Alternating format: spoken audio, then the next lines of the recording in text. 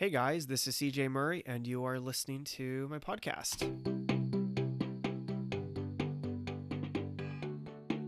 This is the song that we're working on right now, and really pumped to add some things today. I think it'll end pretty good.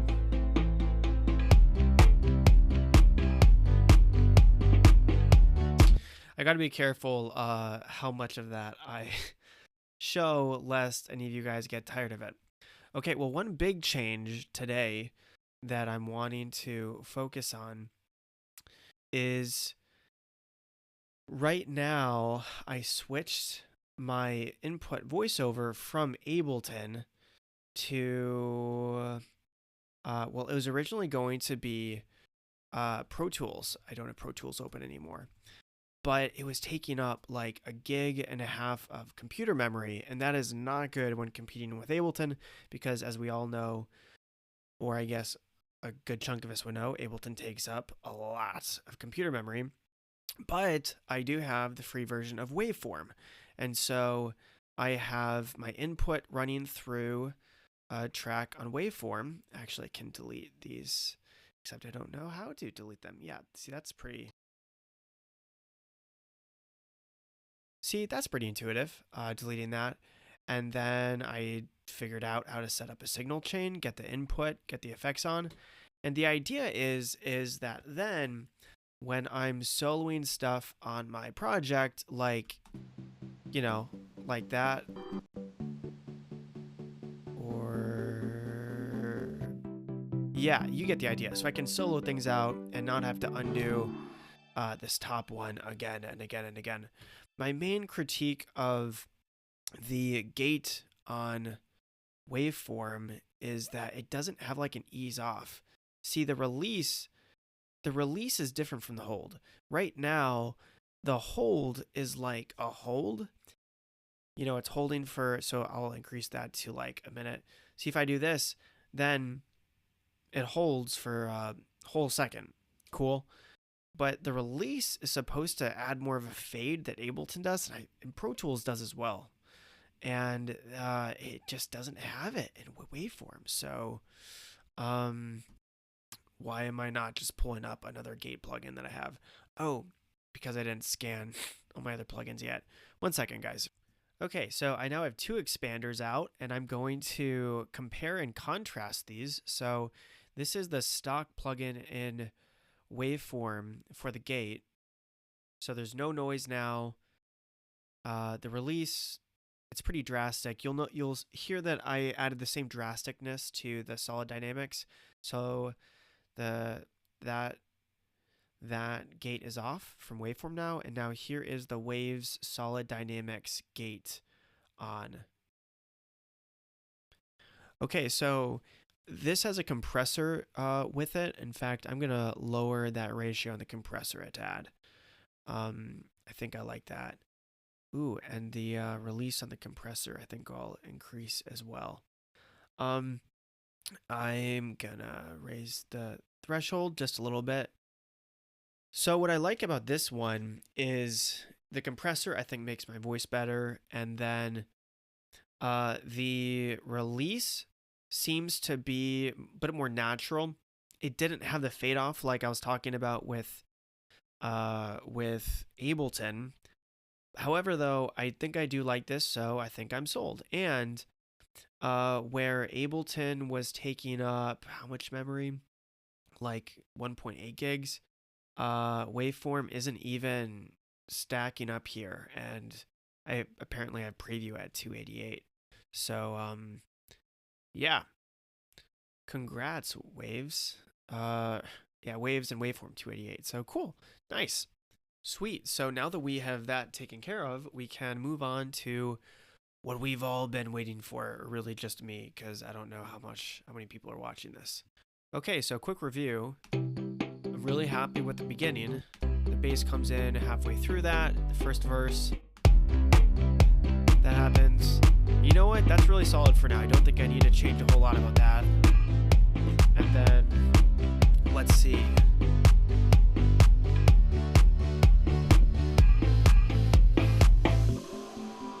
Yeah. Oh, that's so good.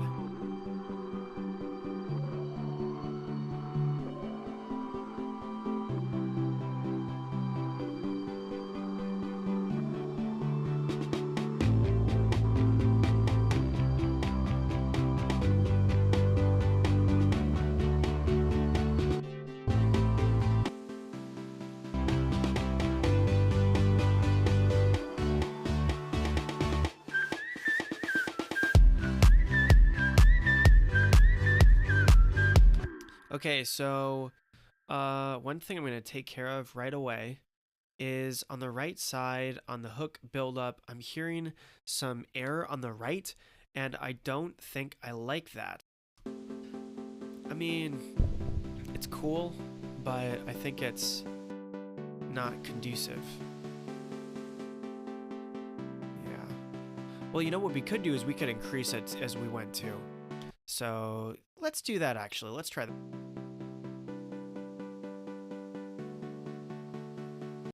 Very nice. Well, I guess there's actually enough automation going on for both of them because we already had that. So nice. Oh, you know what I forgot about from before was I had designed this. Very interesting. So what we're going to do is I'm going to move all these other files that I had collected just in case to a different track. And then I'm going to make a duplicate of this. I'm going to call it weird sound for now because I'm too lazy to think that through. And what I'm going to do is I'm going to freeze and flatten this track. That way I can resample into something even maybe crazier or I don't know. So I'm going to play with that really quick.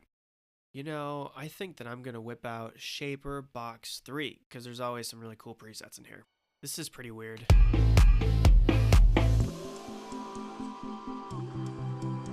Grain stutter. Very interesting. Glitchy brain. See, now this I like. That I can get on board with. Let's flatten that. Yeah. Is that cool? Let's do something else with it.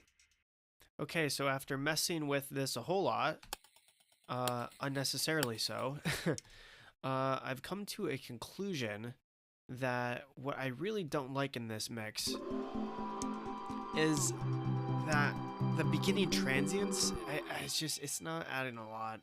But I do like the things coming after it. So, okay, so before I play you really what I did, just so we can follow this journey on the sound that was needlessly long, but so what we start out with is this sound, something like that. So clicking and a mouse pad, I warped it so that it ended up more like this.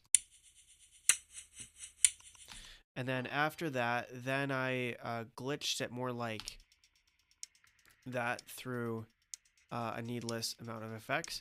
And so then I chopped out the pieces after the transients on the second half of that bar, and I mishmashed them together so that eventually you get this right here. Okay, so cool. And let's play that in context. I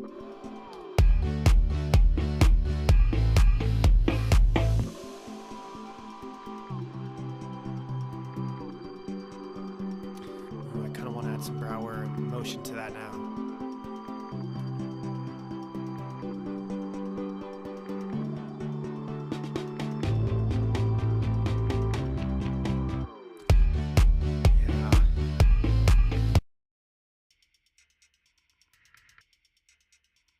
Yeah. So I might play with that more as time goes on, but yeah, cool stuff. Okay, I think for now, I think I've settled on this. I actually undid the Brower motion and just replaced it with Panman, the convolution reverb, before it in the chain. So now in context, it's going to sound like this. Want the introduction.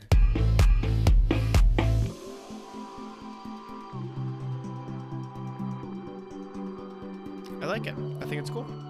I also have very little faith that I'm going to return to this sound, so I'm just going to delete those two things to spare my computer the savagery memory sucker and name it as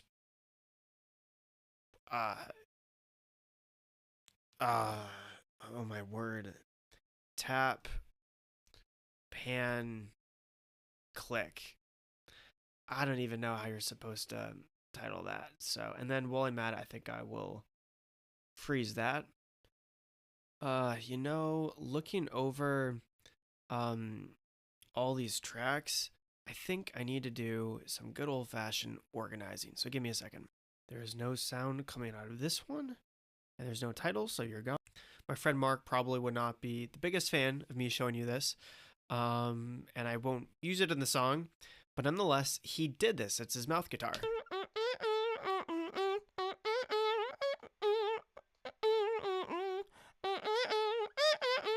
Regardless of what he thinks about that, I think that that is pretty impressive. Good job. I probably won't use that. No offense. Another thing too is I have, I took a piece of the mouth guitar, and I tried to sample it, so to make like a, I don't know, I don't even know what I would do with it.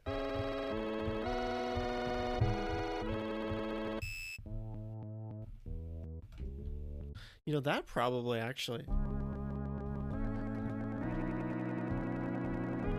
There's potential, but probably not going to use that either. Oh, and then another really big thing too, actually, it is before I had all of these tracks running to one music track so that I could automate the volume, so as to not affect my voiceover. But now that I am in tandem getting the voice input from outside of Ableton, now I no longer need to have it running all to the music track, which is very convenient because I think it uses up a bunch of memory for all that audio to be running to one thing. So no bueno. And then the options I'm going to put in the abandoned because I'm abandoning it. So one thing that I'll say that I would say is, not a character flaw, just a learning experience, is I think there's a good reason why production process and mixing process is usually very separated. And one of the reasons I think is that mixing plugins can take up a ton of memory along with other VSTs. But if you separate the processes and you can commit and you're working with just audio, great. But with all these MIDI tracks and all these various effects going on, I think my computer's dying. Don't die, buddy, please. Okay, so basically I organized everything. What's nice is now everything I have up to this point essentially fits on the screen, which is very nice. But there's something that I was about to delete because I wasn't sure, but I came up with a really neat effect. Okay, so let me pull up the orchestra. Okay, so originally the sound is this. Cool. Super basic. At first, it was more of a marcato, but I didn't feel like it fit in just right. So I'm probably going to edit that stuff out based on what I'm going to show you. But I had Valhalla delay, and at first I had it kind of like this. Where are you? Oh, right, I need to turn it on. Duh. Cool. So it's left, right. And so in context. Okay, cool. But then I did this. Ooh. Now it's just on the offbeats. Very nice. I wonder when I affect these things. Age.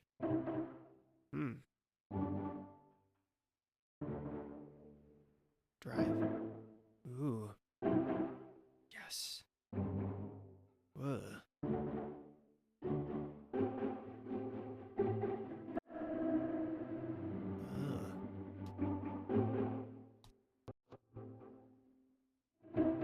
Whoa.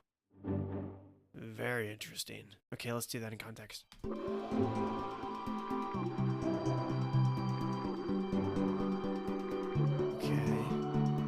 Let's take the diffusion off. Low.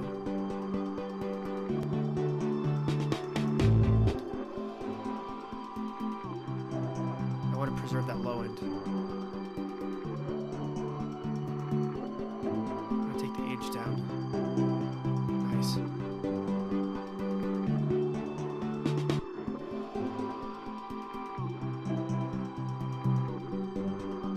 That's cool. Very cool. Okay, I listened to the scratch vocals just to see how this was playing, and it didn't really fit. I think I need to tighten this up.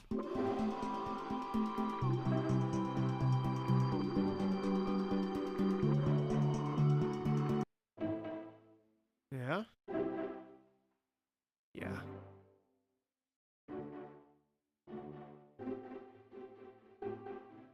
Okay.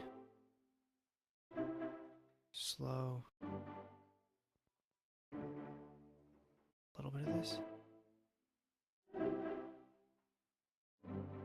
Maybe, yeah.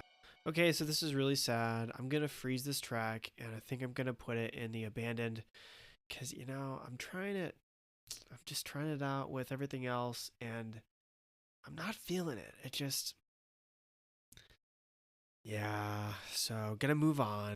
So at this point in the game, I've been working for over an hour and a half, and so far, all I have to show for is this right here. And I organized and deleted some things.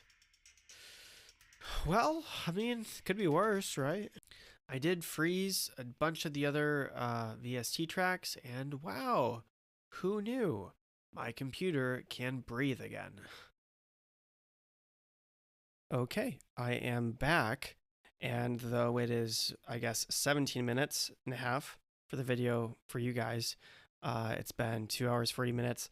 I took like an hour and a half pause to work on lyrics because I had an idea and I developed it, and I'm really pumped for this song. I think more than ever before, I think that this song has some real potential. Not that I guess it went up until this point, but you get the idea. I'm gonna call it a night, and man, man, I'm really rooting for this song, and I hope you are too. Hey, thanks guys for listening to this podcast and for watching. I appreciate it, and I hope you have a good night.